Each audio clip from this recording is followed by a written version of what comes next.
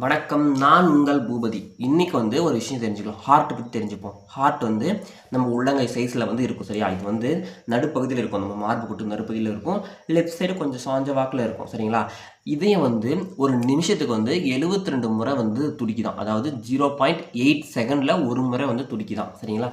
ஹார்ட்டில் மொத்தம் 4 ரூம்ஸ் இருக்குது. அதாவது மேலே 2 ரூம், கீழே ரூம், மொத்தம் 4 ரூம் இருக்கும். இது என்னன்னா ஹார்ட் இப்படி சுருங்கி விரியும். அதாவது அந்த ரத்தத்தை உடம்புல இருக்கிற எல்லா பார்ட்ஸ்க்கு பம்ப் பண்ணும். அதுதான் ஹார்ட்டோட ஒர்க்கே. சரிங்களா? ஹார்ட் என்ன பண்ணா இப்படி சுருங்கு பார்த்தியா, இதை சிஸ்டோல் அப்படின்னு சொல்லுவாங்க. இப்படி ஹார்ட் விரிதை டயஸ்டோல்னு சொல்லுவாங்க. இது ஒவ்வொரு டைம் சுருங்கி விரியும். சரிங்களா? இது மேலே சொல்லணும்னா கீழே விரியும். இதை சுருங்குனா சிஸ்டோல், விரிஞ்சா டயஸ்டோல் அப்படின்னு சொல்லுவாங்க. நம்ம பிபி செக் பண்ணுவோம், ஹாஸ்பிட்டலில் பிபி செக் பண்ணுவோம்ல, அப்போ கூட நமக்கு செக் பண்ணும்போது சிஸ்டோல் டயஸ்டோல் கனெக்ட் பண்ணுவாங்க. சிஸ்டோல் மேலே இருக்கும் 120/80 அப்படின்னு இருக்கும். அதாவது அதிகமாக 120/80 அதிகம் போனால் ஐபிபி, லோவாக இருந்தால் லோ பிபி அப்படின்னு சொல்லுவாங்க ஹாஸ்பிட்டலில்.